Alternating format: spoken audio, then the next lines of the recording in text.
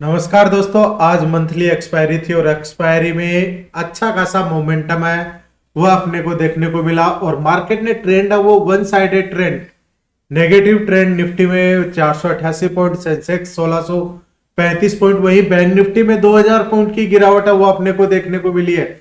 तो दोस्तों क्या ये गिरावट का दौर है वो कंटिन्यूसली जारी रहेगा या फिर न्यू मंथ में नया ट्रेंड देखने को मिलेगा? क्योंकि कल तो मार्केट का हॉलीडे है, इसलिए आज सभी इंडेक्स की एक्सपायरी थी। निफ्टी 50 की बात करें तो आउट ऑफ 50 स्टॉक्स में आज ओनली 6 स्टॉक्स ने ग्रीन में क्लोज दिया है और बाकी सभी की सभी रेड्स में, जिसमें टॉप लीड कर रहा था हिंडाल्को, टेक महिंद्रा, कोटेक, कोल इंडिया, ओएनजीसी और लूजर्स में Bajaj finance, Shriram finance, SBI bank, Indigo.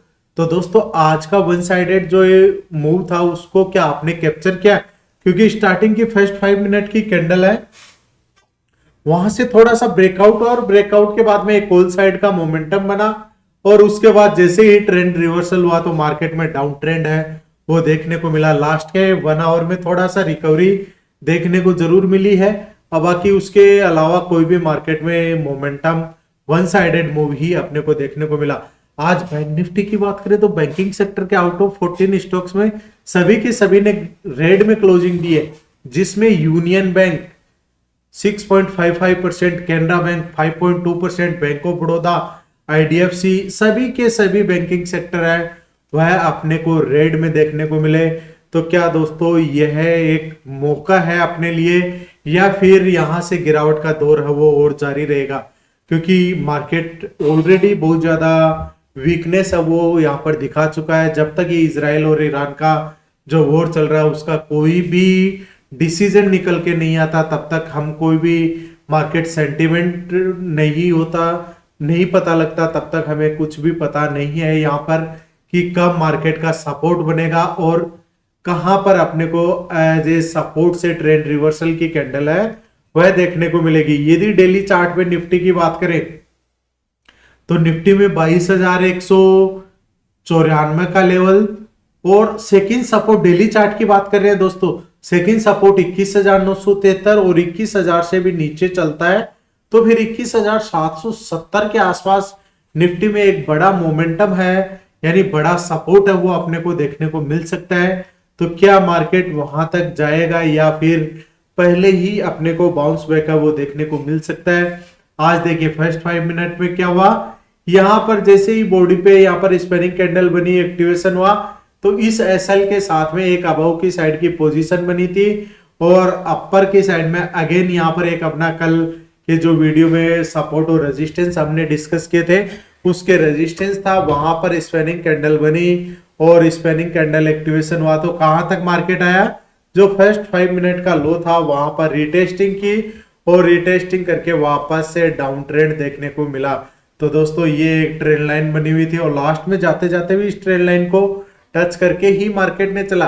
अब यदि इसके ऊपर वेनेसडे को कल का मार्केट का हॉलीडे है तो ये आपको पता होना चाहिए और फिर अपना गैप अप ओपनिंग होती है 22,465 या फिर 22,536, इस लेवल के आसपास कोई भी ट्रेंड रिवर्सल कैंडल बनती है तो फिर मार्केट में वापस से डाउन ट्रेंड है वो देखने को मिल सकता है।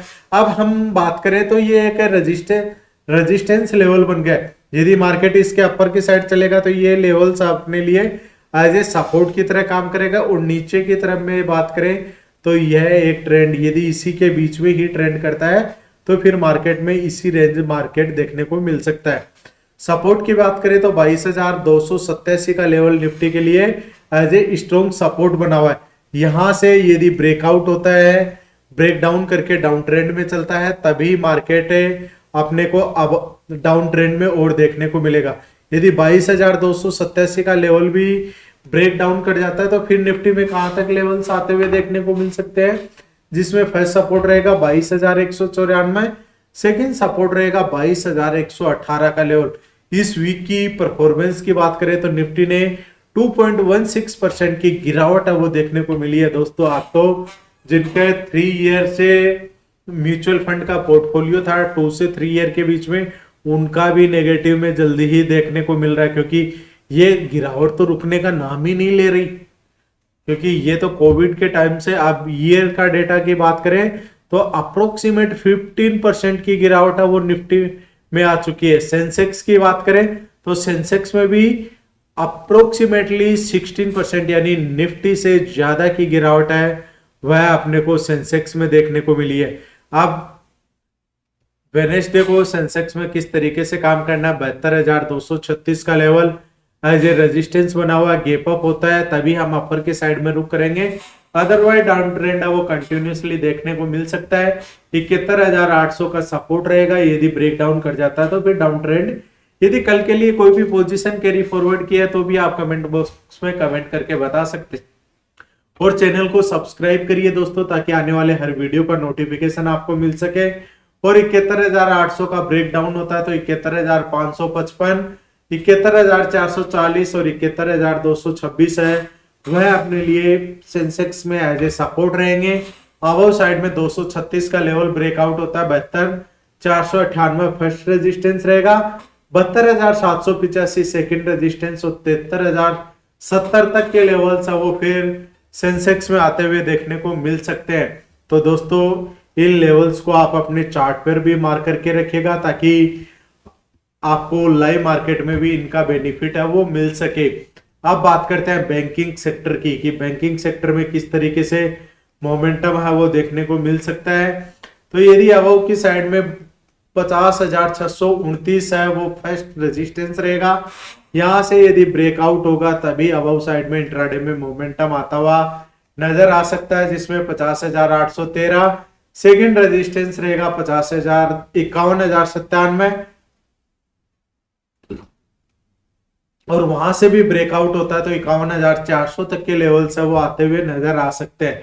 बैंक निफ्टी में डाउन ट्रेंड तभी होगा जब 50,105 का लेवल ब्रेक डाउन करके डाउन ट्रेंड में चलता है तो फिर बैंकिंग सेक्टर में और डाउनसाइडेड है वो अपने को देखने को मिल सकता है। बैंक निफ्टी की यदि दोस्तों डेली चार्ट की हम बात करें तो डेली चार्ट पे देखिए लास्ट के अप्रैल में जहां था मार्केट वहां तक पहुंच चुका है। अब यहां पर कौन सा पैटर्न बनाया था, डब्लू पैटर्न बना था। अब डब्लू पैटर्न को इसने रिटेस्ट किया था और फिर यहां से ब्रेकआउट हुआ था।